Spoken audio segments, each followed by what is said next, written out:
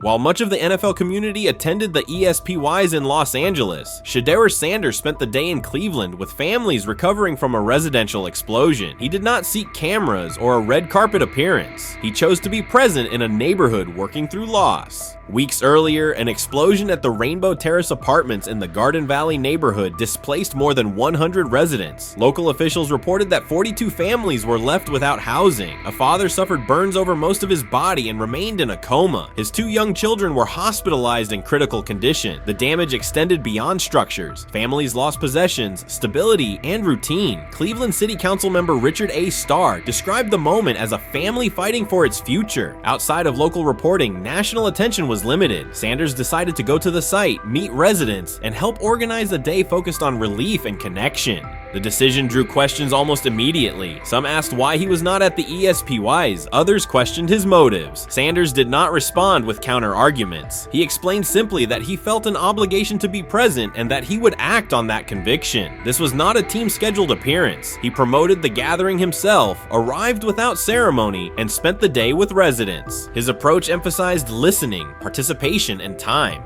The event, which he called the Garden Valley Fun Fest, brought a large turnout over several hours. The purpose was straightforward: create space for families to reconnect and for children to play, even as recovery work continued. Sanders threw passes with kids on the blacktop, joined in games, and spoke with parents and grandparents about what they were facing next. He moved through the apartment complex and common areas with minimal staff support. Browns defensive lineman Michael Hall Jr. attended and interacted with residents as well. There were no speeches or staged moments. The focus remained on residents and their needs. Questions about visibility persisted as photos and short clips circulated online. Some criticism framed the visit as a substitute for a higher profile appearance in Los Angeles. Sanders kept to the same message. The priority was to support a neighborhood coping with displacement and uncertainty. He did not present the choice as a protest of any event. He presented it as the correct use of his day. When local media asked about his intent, Sanders said his goal was to provide families with a day of enjoyment and a reminder of community. He added that financial support can help, but that showing up in person also matters. Standing with people, listening to them directly, and offering time. The statement matched the structure of the day. He stayed on site, remained accessible, and left the focus on residents rather than on himself. The timeline mattered to him as training camp approached. Sanders did not connect the visit to his role on the depth chart or his draft position. He kept references to football confined to preparation, learning the playbook, protections, cadence, and timing, seeking guidance from veterans, including Joe Flacco, and staying ready for opportunities when they come. He has repeated that he has time to grow and intends to use it to learn the system and earn trust. The visit did not alter those priorities. He returned to his regular schedule the next day.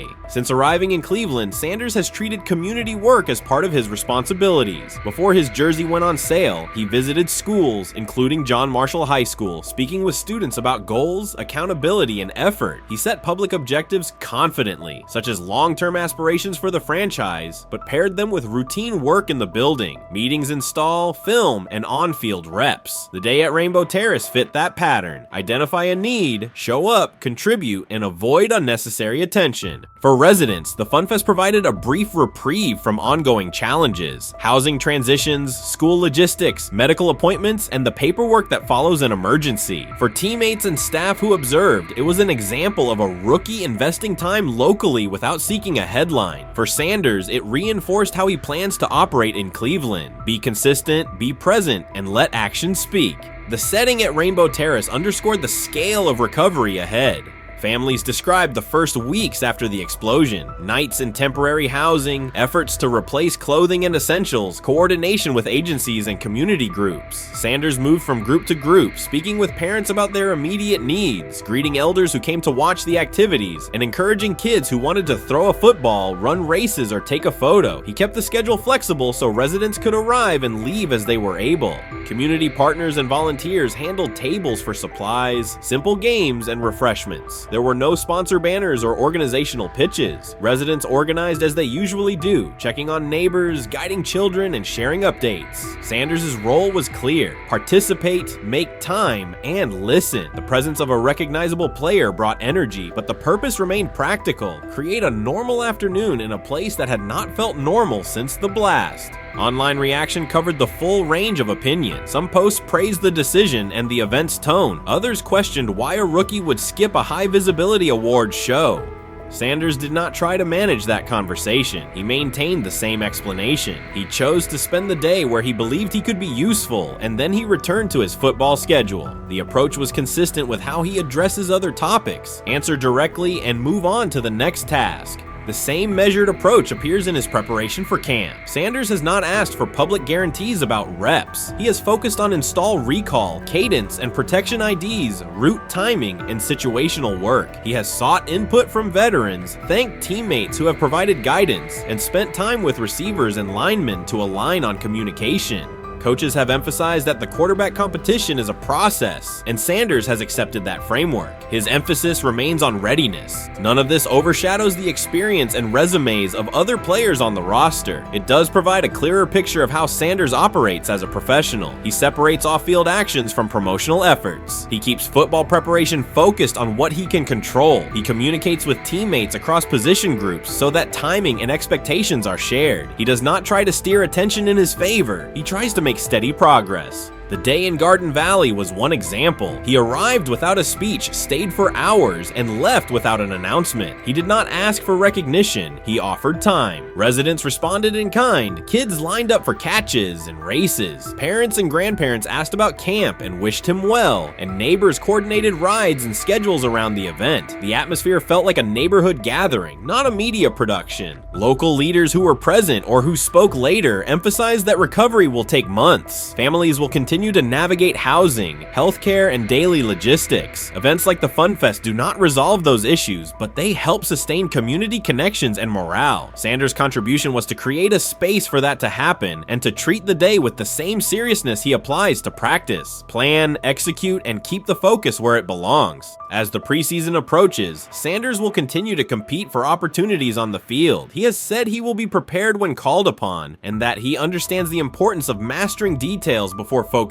on outcomes. The organization will make decisions based on evaluation, and he will accept the results while continuing to improve. The off-field choices will remain consistent, identify needs in the city where he lives, and contribute in direct, practical ways. The core elements are simple. A neighborhood suffered a significant loss. Residents faced immediate and ongoing challenges. A rookie quarterback chose to spend a day there, without a press conference, without a schedule of talking points, and participate in a community-led event designed to give families a break and remind children that play still has a place. He provided presence, not a headline. He listened more than he spoke. He returned to work the next day. In a league and media environment that often prioritize visibility, Sanders made a different choice. He kept attention on people, not optics. He placed value on time spent in person rather than on appearances. He continued to build trust in the locker room and in the city through steady conduct rather than declarations. That approach, measured, direct, and consistent, will shape how he is viewed in Cleveland as much as any public statement could. The outcome of his football career will be decided on the field by installations learned, reads made, throws delivered, and games played. The outcome of his role in the community will be measured by smaller, quieter moments. Afternoons like the Fun Fest, school visits, and unannounced stops where listening matters more than being seen. For Cleveland residents at Rainbow Terrace, the takeaway from that day was straightforward. Someone who represents their team showed up, stayed, and participated without fanfare. For Sanders, it was the same. Do the work in front of you, whether that is a practice period or a neighborhood event, and keep the focus on the people who are affected most. Many observers declared Deion Sanders was finished. They argued that his public style attracted unnecessary attention, that his health had deteriorated too far, and that his coaching career was approaching an abrupt conclusion. They misread his resolve. When speculation intensified, Sanders did not schedule a press conference or issue a formal statement. Instead, he released a short video recorded at his Texas home, walking alongside recording artist Lil Wayne. The footage established two facts. Although Sanders still walks with a limp, he remains active, and he intends to return to the sideline.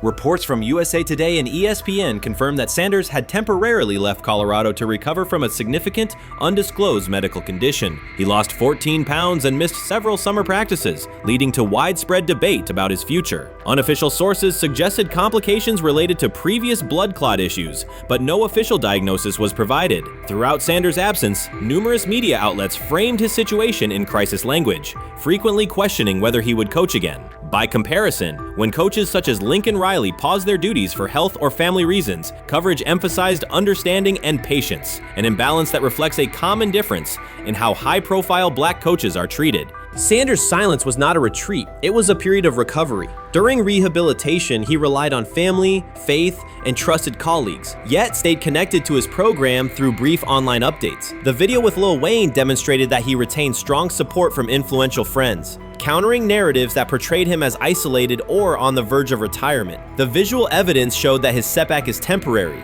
and that he remains determined to lead Colorado into the forthcoming season. Since accepting the Colorado position, Sanders has dramatically elevated the program's national standing. He first drew national attention to Jackson State and the broader HBCU football landscape, then moved to Boulder and transformed a one-win team into a central storyline in college athletics. His approach, combining hip-hop culture, direct communication, and open expressions of faith, has challenged conventional expectations for head coach behavior. Each step forward has been met with heightened scrutiny. His time at Jackson State was labeled a publicity stunt, his departure for Colorado was framed as abandoning HBCU culture, and his social media presence has been cast as distraction from traditional coaching responsibility. Critics often magnify Sanders' missteps and question his motives, while comparable actions by other coaches receive neutral or sympathetic coverage. Showings of enthusiasm from Brett Favre and disciplinary intensity from Nick Saban are celebrated as competitive passion, yet Sanders' displays of confidence are frequently labeled arrogance. The discrepancy illustrates deeper biases rather than differences in performance. Sanders' success challenges entrenched expectations of how a college football leader should look, speak, and act, especially a black coach who refuses to downplay his identity.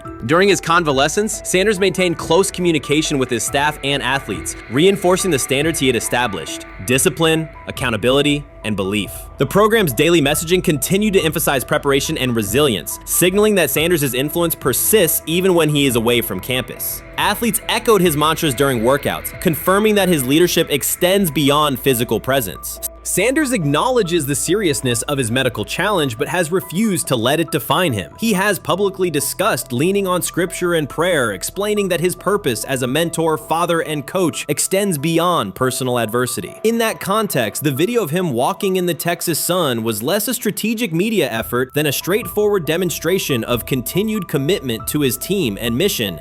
Colorado still requires Sanders' vision. Prior to his arrival, attendance was low, national media attention was minimal, and recruiting momentum had stalled. Sanders' leadership brought renewed energy, authentic identity, and higher standards of accountability. Players who previously lacked representation in college football leadership found a coach who shares, affirms, and elevates their cultural background. Sanders supplements conventional coaching priorities, scheme, fundamentals, and execution with empowerment initiatives that cultivate self-confidence and authenticity. As preseason camp approaches, Sanders intends to resume full involvement, even if medical recovery remains ongoing. His presence is expected to restore on-site leadership, stabilize the locker room, and direct media coverage toward on-field progress. For Sanders, the objective extends beyond compiling wins and includes completing a cultural transformation that expands how success and leadership are defined in modern college football. Those who predict his decline overlook the underlying traits, faith, perseverance, and purpose that have supported Sanders throughout his career. Doubts, rumors, and disproportionate scrutiny have followed him from playing days into coaching, and he has consistently responded with results. His current health setback is another obstacle, not a conclusion. The broader initiative he leads, centered on authenticity, opportunity, and high standards, continues. When Sanders returns to the sideline, it will mark the next stage of a movement he has guided from Jackson State to Boulder. The recent period of quiet has been strategic rather than passive. Instead of defending himself in daily briefings, Sanders focused on rehabilitation, remote program oversight, and family support. Each brief social media message reinforced a consistent theme: faith and preparation. He has articulated gratitude for medical professionals and has reiterated that his mission at Colorado is unfinished. His public references to scripture have been direct but measured, aligning with his long-standing practice of integrating faith into leadership. By walking through his ranch with Lil Wayne, Sanders signaled continuity. The clip underscored that influential supporters remain engaged, that Sanders' broader network values his vision, and that he remains capable of navigating physical challenges. The visible limp was not evidence of imminent retirement. Rather, it documented the reality of ongoing recovery and the resilience with which he approaches each obstacle. Colorado's athletic administration and football staff continue to affirm Sanders' program direction. Recruitment communications cite his established record in fostering cultural relevance and national exposure. Prospective athletes respond to a coach who presents a transparent path to development, both on and off the field. Current players refer to Sanders' coaching points with clarity, citing specific drills and expectations that remain unchanged during his absence. These indicators demonstrate that the core structures Sanders implemented are functioning, and that his return will be an amplification, not a restart. Criticism regarding Sanders' public persona often conflates media style with coaching substance. Analysis from opponents suggests that social media engagement dilutes football preparation, yet Sanders' staffs emphasize time management and delegation. Defensive and offensive coordinators handle in-game adjustments, while Sanders directs overall culture, recruitment, and leadership. He has articulated that visibility serves to amplify program accomplishments and enhance player opportunities, not replace strategic football planning. Some commentary has attempted to reframe Sanders' health issue as evidence that his coaching model is unsustainable. The argument ignores the documented health challenges faced by numerous coaches across levels of competition. For example, college coaches recovering from heart procedures or joint replacements have returned to successful seasons after appropriate medical clearance. Sanders' case follows a comparable trajectory. Medical complications require temporary separation, structured rehabilitation is prioritized, and a managed return is planned. Institutional medical protocols at Colorado dictate clearance requirements. Sanders will meet those before resuming full sideline duties. Colorado's players have expressed public confidence in Sanders' eventual return, citing regular virtual check-ins and continued accountability. Several athletes noted that positional meetings included recorded messages from Sanders reinforcing tactical goals and personal discipline. These details confirm that Sanders has remained actively engaged, albeit remotely, and that team culture remains aligned with his principles. Looking ahead, Colorado's schedule will attract national attention, both for on-field competitiveness and the storyline of Sanders' comeback. Analysts will evaluate how quickly he reestablishes day-to-day rhythm and whether his physical limitations influence practice oversight. Internal planning accommodates gradual escalation of responsibilities, with medical staff and strength and conditioning personnel contributing to phase reintegration. The broader significance of Sanders' return extends beyond Colorado. His visibility continues to challenge prevailing narratives about leadership styles and pathways in college athletics. By prioritizing authenticity, open articulation of faith, and cultural expression, Sanders offers a contrasting template to more conventional models. His eventual recovery and sideline presence will reinforce the argument that diverse leadership profiles can succeed in elite collegiate competition. In summary, rumors of Deion Sanders' coaching demise were premature. Verified reports confirm a substantial but temporary medical setback. He used the time away to focus on health, sustain program engagement, and rely on a support system anchored in family, friends, and faith. His recent public appearance demonstrated active recovery and reaffirmed his intention to resume leadership in Boulder. The forthcoming season will test Colorado on the field, but it will also underscore the durability of Sanders' vision, one that combines competitive ambition with cultural resonance. Observers who continue to question his longevity overlook the resilience and purpose that have defined his career. Sanders' return is imminent, and the movement he leads remains intact. Urban Meyer's roster history underscores the absurdity. Meyer coached Aaron Hernandez, whose off-field crimes are well documented, along with other players entangled in assaults, academic misconduct, and more. Yet Feinbaum singled out Newton, a national champion, Heisman Trophy winner, and NFL MVP, as the worst. This selective condemnation is not new. When Deion Sanders recently suggested implementing an NIL salary cap to restore competitive balance, Feinbaum dismissed the proposal and called Sanders a hypocrite rather than engage with the substance. The pattern repeats. Feinbaum routinely targets Cam Newton, Deion Sanders, Jameis Winston, Lamar Jackson, outspoken black athletes and coaches, while extending grace to figures such as Nick Saban, Kirby Smart, Dabo Swinney, or Tim Tebow under similar circumstances. Newton is no longer content to remain silent while others distort his story. In response, he laid out an accurate chronology, highlighting facts the commentary networks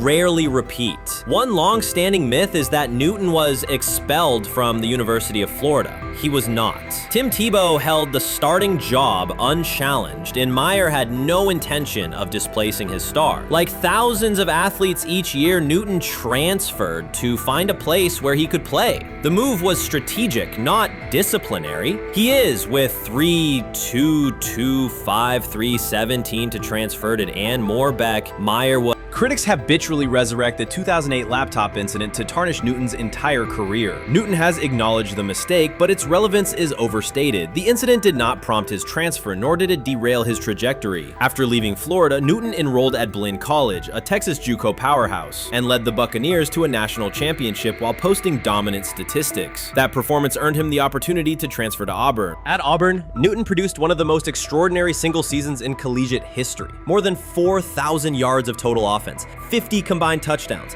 an SEC title, a national championship, and the Heisman Trophy. Achievement compressed into a single year under intense scrutiny. Even that landmark season is recast by Feinbaum as a cautionary tale. He claims Newton ignored head coach Gene Chizik by diving for a goal line touchdown when told to kneel, jeopardizing the game. In reality, Newton explained that the decision was a collective adjustment made in the huddle after reading the defense, while Auburn still held timeouts. The Tigers maintained control and secured the championship. Portraying that moment as reckless serves to recast Newton's success as selfishness, rather than leadership. Feinbaum's approach to Sanders reflects the same dynamic. When Sanders urged a structured NIL ceiling to protect athletes and stabilize rosters, Feinbaum immediately labeled him hypocritical. Yet when Saban or Sweeney voice identical concerns, Feinbaum frames them as thoughtful guardians of the sport. The inconsistency reveals that the determining factor is not the argument but the identity of the speaker. Unapologetic black leaders who control their narratives, challenge entrenched hierarchies, and Feinbaum's commentary often functions as a check on that influence. Newton countered Feinbaum's latest attack with a concise statement. "You're lying, Paul. Please stop." Behind those words lay a broader indictment of the media machinery that weaponizes half-truths. By calling Newton the worst player Meyer coached, Feinbaum was seeding doubt among fans, front office evaluators, and future historians. Newton, now an established media presence and entrepreneur, no longer depends on traditional outlets to correct the record. He reminded audiences of three essential truths. He departed Florida on his own terms, he led Auburn with support from coaches and teammates, and he captured every major accolade available in college and professional football without conforming to prescribed expectations. An unspoken rule lingers in American sports discourse. Black athletes may excel, but must do so quietly, gratefully, and without highlighting systemic inequities. Newton broke that expectation early by celebrating with unreserved joy, answering questions candidly, and refusing to minimize his personality. For some commentators, that confidence is reinterpreted as arrogance. Feinbaum's repeated attempts to undermine Newton follow a familiar script of policing behavior rather than analyzing performance. Yet, legacy rests not in a pundit soundbite, but in tangible achievements and public memory. Newton's resume, Heisman winner, national champion, NFL MVP, speaks for itself. Millions of fans witnessed his impact on Saturdays and Sundays. Countless young quarterbacks saw someone who looks like them redefine the position's possibilities. The same is true for Sanders, whose player-first coaching philosophy and media savvy continue to influence college football's direction. Feinbaum's commentary cannot erase these realities. Newton, Sanders, Winston, Jackson, and others have already secured their places in football history. By publicly confronting misinformation, Newton set a precedent for athletes who now possess the platforms and technology to present their stories unfiltered. The microphone no longer belongs exclusively to legacy broadcasters. Newton holds it now, and he intends to keep it. A decisive shift that reduces the gatekeeper's influence and ensures that accomplishments are judged on merit rather than narrative manipulation. You first, when you take a look at both of these QBs, who had the most impressive start so far in the preseason? Well, to me, it was Shedeur. I didn't see any interceptions when he was out there. Did you see anything like that? I mean, don't get me wrong. I don't think Dillon Gabriel did a bad job. I was impressed with the brother, but I'm going to go with Shedeur. You know, the pressure was on him. The spotlight was on him. Stephen A. Smith didn't just call out Dillon Gabriel. He held him accountable and made him rethink his comments. The moment Dillon Gabriel spoke and went after Shedeur Sanders, it wasn't a minor slip. He crossed the line and stepped directly into Stephen A. Smith's wheelhouse. And Smith answered with a clear, direct response that left no room for misinterpretation. The comparisons were emanating from the media more so than anybody else. And that's what I think, that's exactly who I think he was directing his comments towards. Having said that, Dillon Gabriel, respectfully, it was stupid. A very dumb comment to make. First of all, let me tell you something right now. In every walk of life, far beyond the parameters of a football field. This wasn't casual sports commentary, it was a decisive critique. Dillon Gabriel's comments were taken apart by Stephen A. Smith with clear, direct points. Gabriel, a quarterback with solid stats but limited top-level achievements, chose to take a public shot at Shedeur Sanders. Shedeur, who has handled sustained media scrutiny and on-field expectations, became the target of an unnecessary criticism. Smith responded by challenging Gabriel's standing to make that claim and by defending Sanders on the facts. The outcome was clear. Gabriel overreached and Sanders didn't deserve the hit. Only Dan Orlovsky would sit up here in comparison to Shedeur Sanders, who did no such thing, and say, hey, thought he looked better. I thought, I got to give him the edge here. I thought it wasn't bad. A pick six and a fumble, and we can get over fumbles. Have you heard anybody say that? I know it's possible. Have you ever heard anybody say, we get over? Stephen A. Smith responded immediately. As soon as Dillon Gabriel made his comments about Shedeur Sanders, Smith delivered a clear, point-by-point critique that drew national attention across the NCAA media cycle. Dillon Gabriel has a reputation as a good quarterback, not a dominant one. He can post strong numbers against opponents like Tulsa, but his performance has been inconsistent when the stakes and competition rise to playoff level. Well, those who produce get treated differently than those who don't. What he said echoes the mentality of all of America practically, and most certainly the world, as we see things being globalized more and more every day. It was a stupid, idiotic, immature comment, because clearly you were feeling the heat because a lot of people was talking about how Shedeur should be QB. Dillon Gabriel is a capable quarterback, but not a standout. Even so, he chose to talk down to Shedeur Sanders, a quarterback who has navigated constant scrutiny and pressure and still represents the future of a program that was struggling before he arrived. The comparison was weak. The criticism was unnecessary. Stephen A. Smith recognized that and dismantled Gabriel's argument with a clear, direct response. How the Browns react to this, how the locker room reacts to this, how Shedeur reacts to this, because it was a clear shot at Shedeur. But let's say Dillon Gabriel's talking about the media. How could you be a brand new quarterback in the NFL and the first time you get behind a mic after your first game, you throw the media under the bus? That's arrogance. Stephen A. Smith excels in moments like this. When Dillon Gabriel made his remarks about Shedeur Sanders, Smith responded with a focused, direct critique. He questioned Gabriel's standing to make that claim, noting that Gabriel has transferred between programs and has not been a Heisman finalist. Without theatrics, Smith laid out why Gabriel's resume doesn't justify taking public shots at Sanders. Smith's point was clear. Targeting Shedeur Sanders, a quarterback central to his program's future and consistently under intense scrutiny, was misplaced. Gabriel's criticism lacked the substance to support it, and Smith methodically showed why. Content today on his 42nd I want you to be meaner birthday. That's number one. Number two, after the game, the Browns head coach Kevin Stefanski said there was a mix-up in the routes and that players were in the area that they shouldn't have been. Look at Stephen A's face. Look at Stephen A's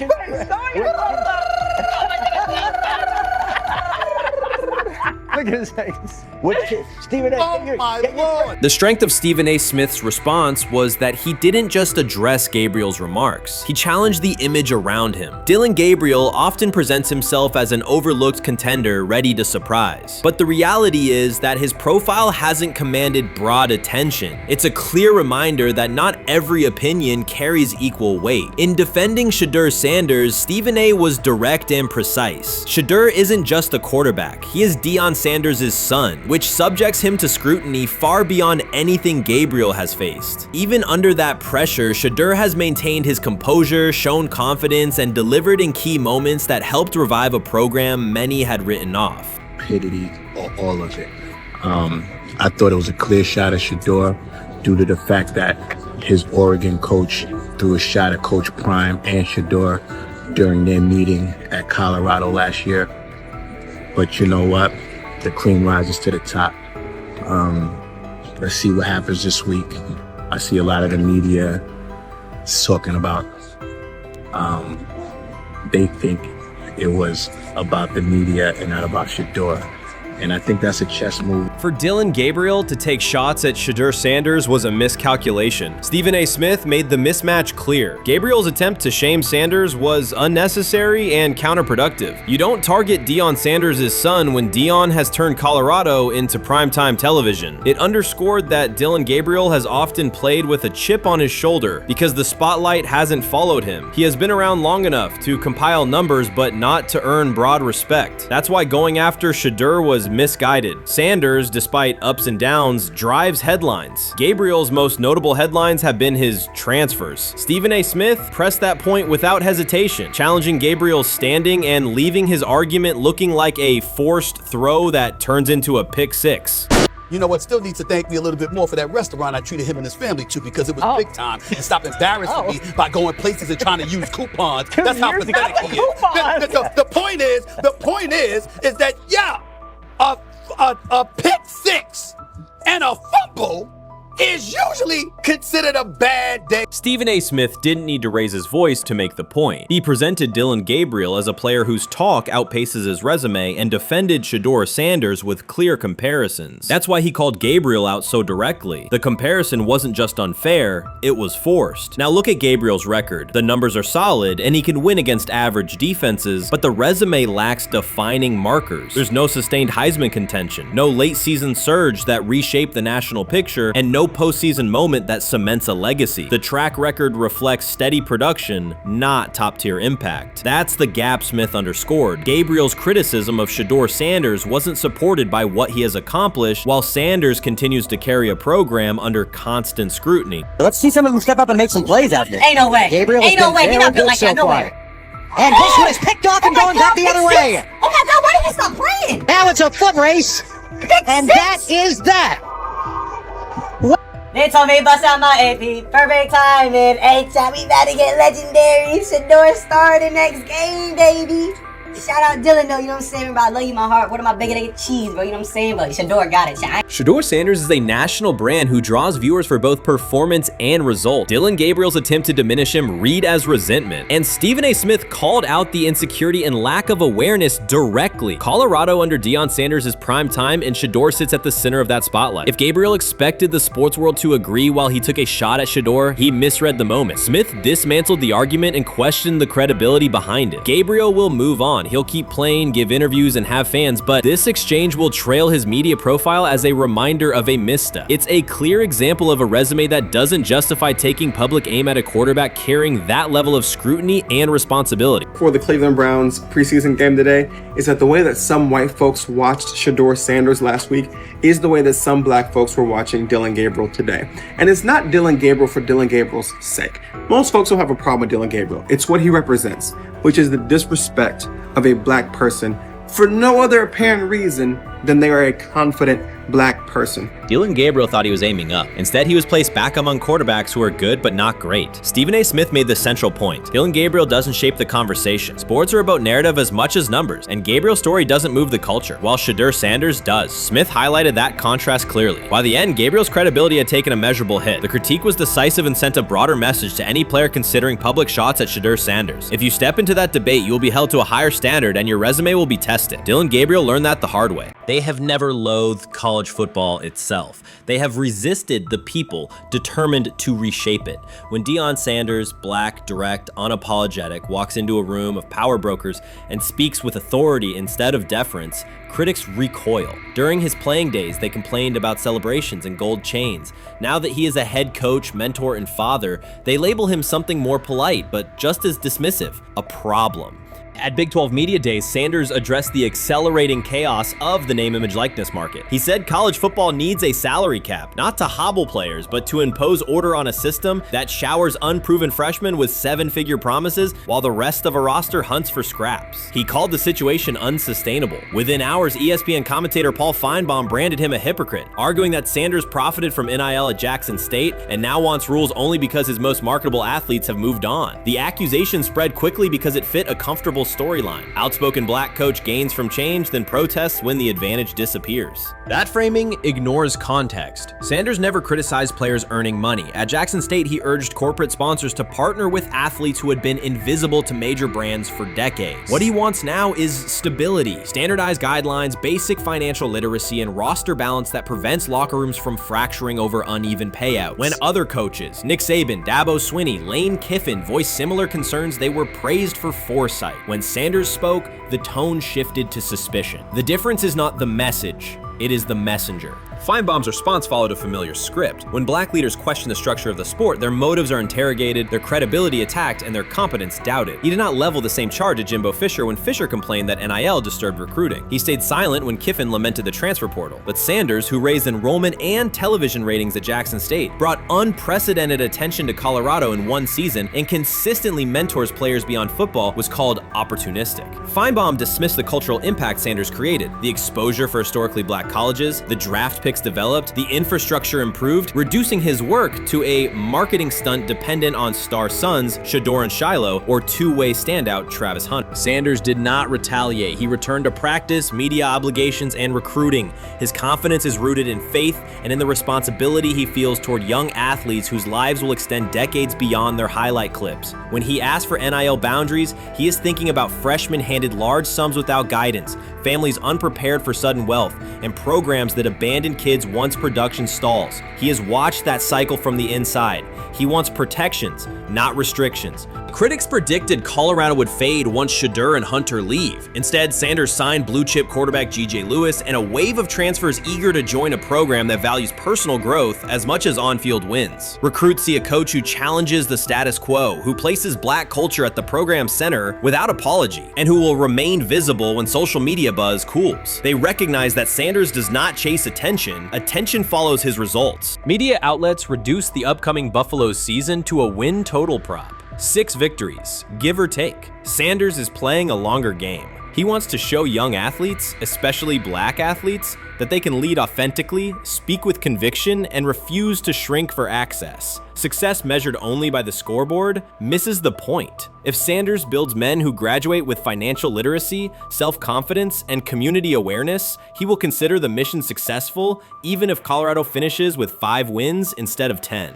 None of that registers with commentators invested in an older hierarchy. For them, leadership should remain predictable, reserved posture, muted tone, minimal cultural expression. Sanders contradicts that image. The possibility that his methods could spread to other coaches, to other programs, threatens a model that has kept decision-making and revenue streams concentrated for generations. So the debate is not about hypocrisy or payroll ceilings. It is about control of the narrative and who is deemed qualified to write it. Sanders refuses to surrender that authority. He knows order is necessary. He also knows whose voices have been ignored whenever real reform is discussed. By speaking plainly, he forces television panels, athletic directors, and conference commissioners to confront issues they would rather defer: financial education, equitable resource distribution, and consistent national standards. Whether Colorado exceeds betting lines this fall will not change the trajectory Sanders has already set. He made Boulder relevant, energized recruiting beyond traditional power corridors, and broadened college football's cultural reach. That influence will persist long after social media debates cool. If his call for NIL structure eventually becomes policy, as the NCAA and Congress now contemplate, Feinbaum's soundbite will fade, while Sanders' imprint endures. In the end, accusations of hypocrisy say more about the accuser than the coach. Sanders has remained consistent: empower athletes, hold adults accountable, and inject stability before unchecked money corrodes the locker room. The people who stand to lose clout in that environment prefer the chaos they can manipulate. Sanders prefers a system that nurtures the players who make the sport worth watching. His advocacy is rooted in experience, not self-interest, and his critics will have to decide whether to engage with that reality or keep shouting from the sidelines.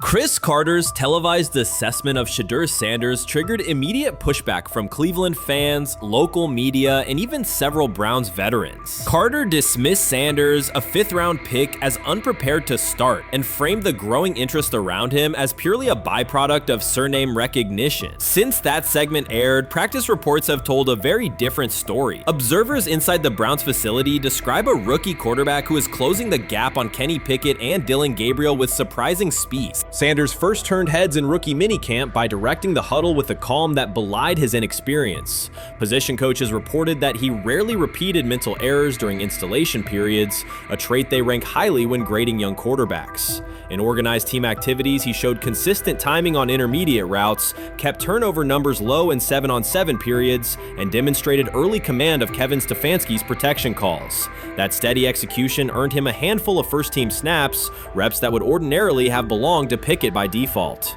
By mandatory minicamp, the rotation had shifted again. Practice notes from beat reporters detail the rise in Sanders' workload each day. Red zone series against the starting defense, 2-minute drills, and full field scrimmage possessions in which he checked out of called plays when fronts dictated it. Mary Kay Cabot, initially skeptical Sanders would challenge for game day snaps in 2025, wrote after consecutive sessions in mid-June that his footwork, release speed, and pocket management had, quote, meaningfully tightened since rookie camp. Her tone marked a clear departure from early spring projections that labeled Sanders a long-term developmental project. The broader quarterback context in Cleveland magnifies that progress. Deshaun Watson's availability and form remain uncertain after 2 injury-interrupted seasons, while Pickett's transition from Pittsburgh has been uneven. Dillon Gabriel's arm strength is evident, but coaches continue to stress hesitation in his full-field reads. Against that backdrop, Sanders' quick decision-making and mechanical efficiency have begun to look less like a pleasant surprise and more like the roster's most reliable short-term plan. Inside the locker room, acceptance has followed performance. Wide receivers cite Sanders' ball placement on outbreaking routes, noting that the ball routinely arrives on the upfield shoulder, a small but essential detail that allows for yards after the catch. Offensive linemen appreciate his pocket awareness. Joel Bitonio remarked privately that Sanders slides up instead of bailing when edge pressure flashes. Defensive backs say his eye discipline forces them to hold coverage longer than they expected against a rookie. Such cross-positional respect develops only when day-to-day tape shows tangible improvement. The reaction to Carter's critique highlights a recurring double standard applied to young black quarterbacks. Traits celebrated as swagger or confidence in other players were labeled arrogance when associated with Sanders, yet the quarterback himself has not responded publicly. There have been no subtle social media jabs, no mention of critics in interviews, only repeated references to competing for every rep and learning from veterans. That measured approach, combined with hard evidence from practice, has softened earlier doubts among coaches who prioritize demeanor as much as arm talent. Within the coaching staff, the discussion now centers on readiness thresholds. Stefanski's scheme relies heavily on quick rhythm throws, defined reads, and disciplined pocket movement. Those requirements align with Sanders' strengths: a compact release, willingness to target the middle of the field, and instinctive timing on RPO concepts carried over from his college tape. Staffers reviewing cut-ups from joint practices note that his internal clock already approximates NFL speed, a metric they did not expect to see until mid-season at best. If that trajectory continues through preseason games, the Browns face a consequential decision. Starting a 5th-round rookie 6 weeks after training camp opens would unsettle salary cap assumptions, depth chart politics, and external perceptions of organizational stability. Yet the internal mandate remains clear: the most prepared quarterback will play. That standard places Sanders in genuine contention because every practice metric used to grade readiness, turnover ratio, red zone efficiency, third down conversion rate has trended in his favor since early June. The organizational stakes are considerable. Cleveland has cycled through starting quarterbacks at a startling pace over the past decade, shifting from first-round investments like Baker Mayfield to high-cost gambles such as Watson, each move packaged as the long-awaited solution. A rookie chosen outside the first 100 picks ascending to the top of the depth chart would challenge long-held league assumptions about draft pedigree and opportunity. It would also validate the evaluation philosophy that prioritized Sanders' intangibles: processing speed, leadership presence, over conventional arm strength thresholds that pushed him down the draft board. Carter's televised remarks now sit awkwardly alongside daily updates from Berea. His critique relied on pre-draft labels and the presumption that a late-round passer with a famous father would need a redshirt year. Practice film contradicts that stance. Sanders checks protections at the line, manipulates safeties with shoulder fakes, and has reduced turnover-worthy throws in full-speed sessions to single digits. Statistics normally cited for veteran backups, not rookies. The longer that evidence accumulates, the more Carter's comments appear rooted in legacy bias rather than objective performance review. None of this guarantees Sanders will open the season under center. Preseason defenses test quarterbacks in ways practice cannot.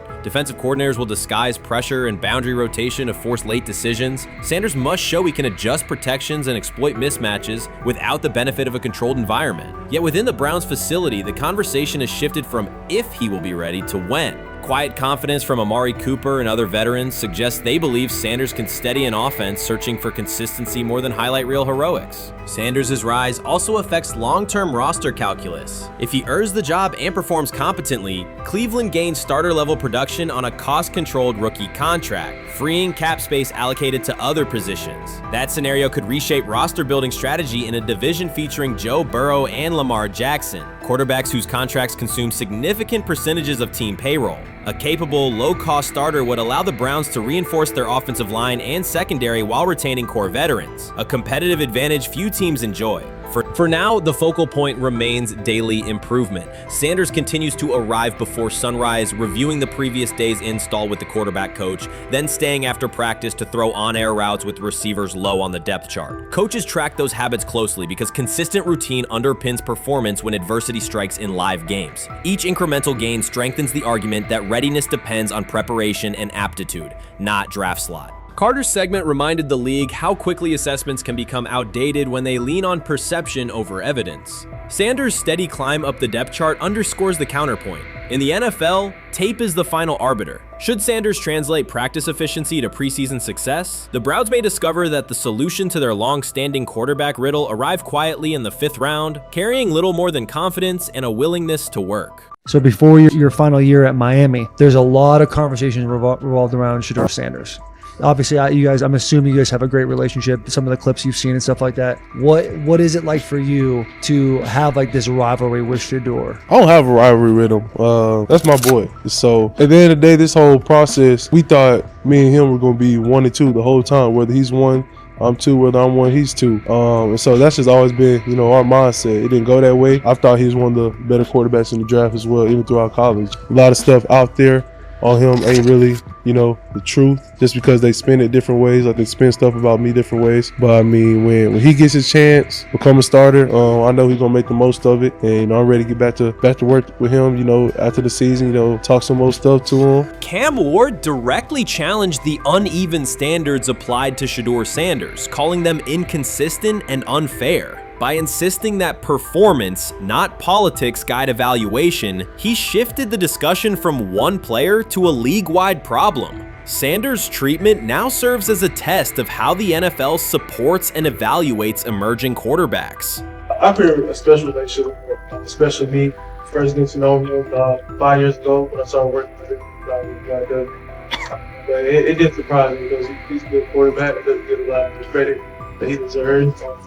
Especially the plays that he made in Colorado. A lot of quarterbacks and coaches are making those plays. And so when he gets this opportunity, I'm pretty sure having soon today, he'll make sure he'll make plays on the field. Cam Ward's public challenge to the treatment of Shedeur Sanders brought the issue into clear view. For months, discussion around Sanders has centered on his profile, major compensation, a prominent Nike deal, and the expectation to stabilize a struggling franchise. Rather than a standard evaluation of a top prospect, he has faced sustained skepticism from analysts, fans, and league voices. Ward's comments underscored that the standards being applied to Sanders diverge from those used with other rookies. By stating it directly, he did more than support another quarterback. He identified a broader problem in how the league responds to young players with significant visibility. The takeaway is direct. Assessments should reflect on-field performance and development, not external narratives. Generational talent. I'm gonna prove him right. I'm gonna prove him right. Don't worry. Oh my God. An article came out today. I'm generational.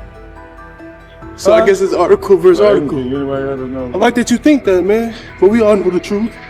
What? Trav gonna be first? Are you generational? I'm legendary. That's cool. We can be legendary. Legendary get their ass. We'll start doing it like 5 minutes. Shedeur Sanders entered the league with more than a playbook. He brought a public brand, a family legacy, and expectations unusual for a first-year quarterback. Before his first regular season throw, he was already positioned at the center of attention. Rather than assess him on that reality and his on-field ability, many voices reduced him to marketing, treating visibility as proof of hype instead of performance. Cam Ward pushed back on that framing. His point was simple: judge Sanders by the same criteria applied applied to other rookies. With Sanders' resume, production, leadership, and composure, most first-year quarterbacks would be discussed as long-term cornerstones. The evaluation should be consistent, focused on development and results, not perception. This is a process with Shedeur, who I know is a buddy of yours, and how do you think both of you guys will end up doing the league? I think we'll both end up being one of the best quarterbacks in the league. I just think the work that me and him are willing to put in, the relationship we have to constantly compete each and every day to, better our craft, for ourselves. I just think it's going to end up paying off for us in the long run. Do you guys kid each other about who's going first, and how much does that matter to you? Yeah, we play around, we joke around with it. It really don't mean nothing. The draft pick will never mean anything. At the end of the day, you got to show whether you can prove each and every Sunday. You can't just do it 1 year. Disrespect shows up in two patterns. First, Shedeur Sanders is repeatedly framed through his father, Deion Sanders, as if lineage erases his own work. Discussion drifts to pedigree instead of what the film shows. Second, his visibility is treated with suspicion. His audience reach, partnerships, and ability to lift ratings are labeled hype rather than recognized as value. Instead of acknowledging that he drives demand and expands the stage for his team, critics call it an unfair edge. The result is a skewed evaluation. Star power is held against him while on-field production gets pushed aside. The standard should be consistent. Assess the tape and the development, not the last name or the attention it brings. Well, Ward were microfacts. Cam Ward's remarks went beyond defending Shedeur Sanders. They confronted how the league manages star power. The reality is simple. The NFL markets visibility, but resists it when a player doesn't follow the expected script. Rookies are supposed to be quiet, deferential, and grateful for limited leverage. Sanders arrived with leverage, brand reach, major endorsements, and confidence. And that presence was recast as entitlement. Instead of treating those factors as earned advantages, much of the commentary used them to diminish him. Ward called out that contradiction. The same influence the league sells to audiences is criticized when a young player exercises it. His point is a standards problem, not a personality dispute. Evaluate Sanders on his preparation, leadership, and results. Don't penalize him for having a platform or for using the leverage that the modern NFL itself helps create. Now it sounds like the Cleveland Browns are going to all but imprison Shedeur Sanders in the football sense of a very talented rookie quarterback who obviously needs reps, needs an opportunity, and who now, barring some miraculous luck, will not get the opportunity to play in a single real game. I'm sure many around the NFL are celebrating as we speak. They are chuckling about this. Many in the NFL wanted to teach Shedeur and his daddy. Cleveland became the center of the conversation. With Shedeur Sanders attached to a major Nike partnership, the expectation was straightforward. He should be given real game reps.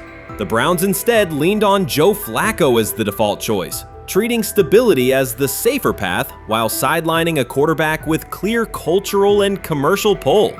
Each week Sanders didn't see the field, scrutiny grew. Commentary questioned the value of his contract environment and relevance, and fan debate shifted from development to doubt. That wasn't measured evaluation. It was a delay framed as prudence that eroded confidence in the process. Cam Ward reset the terms of the debate. He pointed to an uneven standard. When veterans or other young players secure significant endorsements, it's considered smart business. When Sanders does it at scale, it's recast as ego or hype. Even the scope of his off-field agreements became ammunition against him rather than evidence of market demand. Ward's position is simple. Use one standard. Assess Sanders on preparation, decision-making, and progression, not on discomfort with his platform. Treat visibility as an asset, not a disqualifier. The issue isn't attitude or branding, it's the consistency of the evaluation. Ward called it directly. The treatment has been unequal, and it should be corrected by aligning opportunity with performance criteria. Fans need to recognize there's not a team in the league he'd start for. Not one. That's not ridiculous. That's not unfair. That's not a vast conspiracy. Shedeur Sander fans are Angel Reese fans. They're just fair weather fans who don't really give a fuck about the sport. Most of them are just Dion fucking groupies that followed him when he went to fucking Colorado, just like Angel Reese's fans had never watched basketball prior to her playing at LSU, and they followed her to the WNBA and don't know shit about the sport. That's it. Now Dion fucking groupies are running around acting like, oh, this is payback to his dad. The timing is pivotal. Shedeur Sanders isn't trying to blend into the league's background. He's shaping the agenda. He drives debate segments, fuels short-form highlights, and moves merchandise at a pace most rookies never approach. By the metrics that define modern attention, he is the draw. Yet, a segment of observers continues to undercut him, not because of shortcomings on tape, but because of discomfort with how prominent he already is. Cam Ward put words to what many could see. Coverage around Sanders has been filtered through reaction to his visibility, rather than a clear read of his performance and growth. The market has already weighed in. Demand is real, not manufactured. Nike's record-level rookie endorsement aligned with that reality, signaling long-term value and cultural reach. This exposes a core contradiction. The NFL depends on star power to sell tickets, fill stadiums, and boost ratings, but it resists stars who set terms on their own. Visibility is celebrated until a player exercises it. The fix is straightforward. Apply one standard. Evaluate Sanders on preparation, decision-making, and results, and treat his platform as the asset it is. If the league benefits from his presence, its evaluation practices should reflect that same reality, consistently and without penalty for scale. Shedeur Sanders does not depend on league promotion. He established his platform before the NFL and continues to expand it on his own terms. That autonomy challenges the status quo. Cam Ward's support was more than a defense of a teammate. It was a warning that if the league holds to outdated expectations, it risks falling behind the very players who drive audience attention and revenue. Claims that Sanders lacks real popularity ignore measurable facts. A large, active following, consistent merchandise demand, and sustained coverage across major outlets. Doubts about his standing as a quarterback overlook his college production and growth indicators. The pattern is familiar. Efforts to minimize him increase his reach. Each skeptical headline widens the spotlight, and each dismissive take creates more engagement. You cannot reduce a player built for visibility by arguing he should be less visible. The practical outcome is the opposite. Scrutiny becomes signal. Sanders is not merely enduring criticism, he is turning it into momentum, converting attention into leverage on and off the field. Honestly, guys notice it more when you're out winning games, right? If Cleveland starts off in a bad start, they're not doing well, and all of a sudden Shedeur or Dillon Gabriel are doing well in 7-on-7, they're throwing dimes, and practice drills, the number one defense can't stop them. People take notice of that, and the more that the players see it, they're gonna then the comments start happening over the lunch table. They start happening throughout the building, and that's when the pressure really will get severe. The Cleveland Browns were focused on resolving their quarterback situation until Jason Kelce made pointed comments that triggered a strong reaction from ownership. The response inside the organization was immediate and intense. What exactly did Kelce say that has the dog pound on edge and the front office under pressure? We've seen that miserable game by the Cleveland Browns. So they throw Joe Flacco in there, and I like Joe Flacco. He did good, but they gave him the resource of all the first-team guys. Then they throw Dillon Gabriel in there with first teams and second teams. So Dillon always is getting protected. The same thing again, they gave this scrub max protection on every play. Yeah, he completed some passes, but let's talk about his mistakes. He's still inconsistent with his throws, but he at least had max protection. The Cleveland Browns continue to be defined by inconsistency and avoidable setbacks. Even as fans hoped the organization had turned a corner, Jason Kelce, fresh off retirement, offered a direct critique that reignited doubts about the team's direction. His remarks implied the franchise's structure and decision-making remain unstable and recent progress may not hold. The takeaway for leadership is straightforward. Identify core issues, align on a coherent plan, and execute with discipline. For supporters, it's another sign that the problems run deeper than a single season. They throw Shedeur Sanders in there with the lowest cab drivers you couldn't even get on 5th Street. And I'm pissed off, bro, because the play calling was abysmal. Look, even if you don't like Shedeur didn't even get a chance to be trash. even if you think Shedeur is garbage, he didn't even get a chance to be garbage. That's how awful the offensive line was. Kevin Stefanski still doesn't want to give Shedeur second strings and first strings reps. Why is that? Browns ownership's response shifted from measured to urgent. The pattern is familiar in Cleveland. The team once treated Johnny Manziel as a franchise solution, retained Hugh Jackson for a second year despite results, and invested heavily in Deshaun Watson through a costly trade and contract. These decisions reflect aggressive but poorly aligned planning. The outcome has been continued instability instead of sustained progress.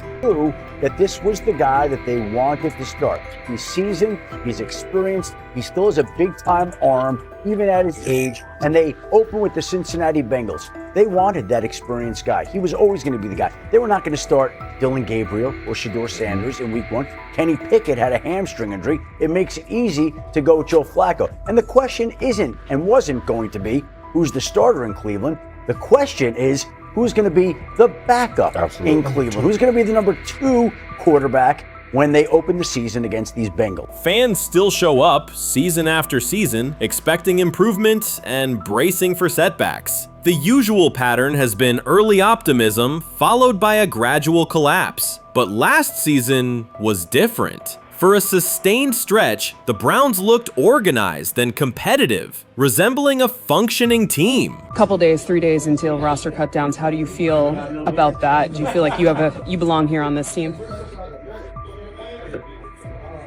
Obviously, I think overall as a player, I feel like I put in the work. I feel like everything I do, I try to do it to my best, and that's all I ask for. So I feel like everybody feels like, they should be on the team, and if you ask anybody on the team, would they feel like they belong, in their own eyes. So I feel like I do, but I'm my own player, I think about myself in a high regard. The front office entered the offseason confident. Kevin Stefanski was being praised, and the Dog Pound believed the team had made real progress. Then Jason Kelce delivered a pointed assessment that cut through the optimism. Fresh into retirement, the former Eagles All-Pro and Super Bowl champion said Cleveland still looks like a team patching over issues rather than building a durable contender. Kelce's view was direct. The Browns' structure is fragile, and the roster is too dependent on perfect health at quarterback. He argued the team is one injury away from losing continuity and sliding backward. Because Kelce has operated inside a stable, championship-level organization, his comments carried weight with players, media, and fans. The reaction was immediate. People took his critique seriously, not as outside noise, but as an informed evaluation of how a successful team should be built. Ownership also felt the impact. Jimmy Haslam's response shifted to urgency, a sign that leadership recognizes the stakes. The criticism arrives in the context of prior high-risk decisions, especially the fully guaranteed $230 million commitment tied to Deshaun Watson. Watson has missed time and shown inconsistency when available, and the contract has constrained flexibility. Kelce's remarks highlight why depth, alignment between the front office and coaching staff, and a clear contingency plan at quarterback are non-negotiable. The takeaway is straightforward. Cleveland must convert last season's progress into a stable framework, protect the quarterback, deepen critical positions, and establish a plan that survives injuries and short-term setbacks. Without that, the games that fueled optimism will remain temporary. If you're a betting man, who do you think starts for the Browns at quarterback? Okay, this is the situation. Kenny Pickett, they actually traded for him. Joe Flacco, no one's bringing Joe Flacco in the building thinking Joe Flacco's going to be the starter. If Joe Flacco is your starter, you got a problem. You have a huge problem. And if they were saying Shedeur was the starter as the 5th rounder, you got a real problem too, because he passed over all these guys in these reps in the offseason in shorts, in bikini shorts, Speedos and stuff.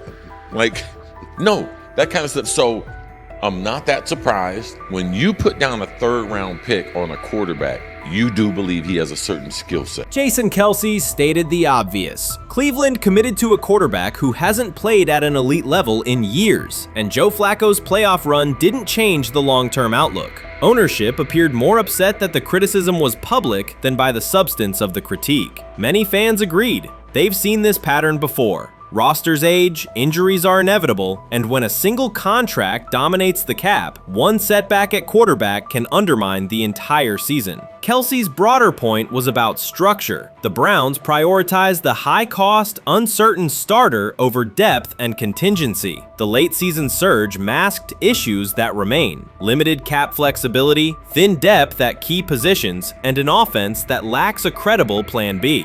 Fans recognize how quickly a strong defense can decline with injuries, and how an offense without redundancy stalls. The AFC North raises the stakes. Baltimore with Lamar Jackson sustains a top standard. Cincinnati with Joe Burrow returns to contention when healthy. Pittsburgh rarely slips below .500 under Mike Tomlin and wins with defense and consistency. In that environment, Cleveland can't rely on perfect health or peak form from one player. The path forward is clear. Diversify cap allocation, reinforce the offensive line and receiver depth, carry a legitimate backup plan at quarterback, and install a scheme that functions regardless of who is under center.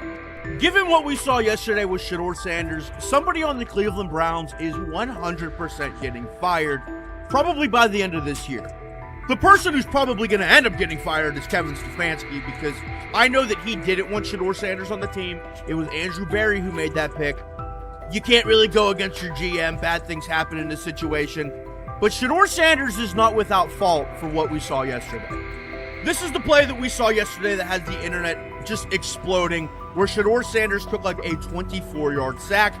Half of the internet is saying that this is all Kevin Stefanski's fault. Cleveland showed progress last season, but the underlying concerns remain. Jason Kelce highlighted them directly. The Browns' long-term plan is fragile, cap-constrained, and overly dependent on perfect health at quarterback. His comments focused attention on structural issues, roster depth, continuity in coaching, and a sustainable offensive approach, rather than a single hot streak. That criticism resonated because it reflected what many around the league already see. Ownership's reaction underscored the sensitivity. Jimmy Haslam has presided over frequent coaching and quarterback changes, and external scrutiny carries weight when it comes from a respected veteran with championship experience. Kelce's remarks reinforce that last year's Joe Flacco stretch was a short-term solution, not a foundation. The team still needs a durable plan that can withstand injuries and inconsistency. The practical takeaway is clear: stabilize the system, diversify cap usage, and build depth at key positions so the offense functions regardless of who is under center. That includes a coherent development pathway for younger talent such as Shedeur Sanders, with defined practice reps, protection, and scheme alignment. Kelce didn't say anything outrageous. He articulated the gap between a brief surge and a credible long-term contender. I have the faith of a mustard seed. Right, because this is the greatest resurrection since Jesus the Christ. Right, like at some point, Joe Flacco was thinking about getting into TV. Yeah. Right, Joe Flacco didn't have a job, and then now you not only come back and start for the Cleveland Browns late in the 2023 season, but they came back around to you. You're now the day one starter for a franchise that just 2 years ago was in the playoffs. The Browns' quarterback situation remains unsettled. Deshaun Watson was expected to be the long-term answer, but injuries and inconsistent play have prevented him from reaching an elite level. When the team turned to Joe Flacco after Watson's season deteriorated, Flacco immediately lifted the offense and produced results that highlighted the gap between expectations and reality. That a 39-year-old late addition could outperform a $230 million starter was not just a short-term surprise, it raised fundamental questions about roster construction and evaluation. Quarterback depth has been fragile, and the late-season surge masked broader structural problems. Jason Kelce's remarks made that clear. Cleveland is vulnerable if the starter is unavailable, cap flexibility is limited, and the offensive plan lacks a stable contingency. His critique drew attention to leadership and planning as much as on-field performance. Jimmy Haslam's strong reaction reflects the pressure on ownership.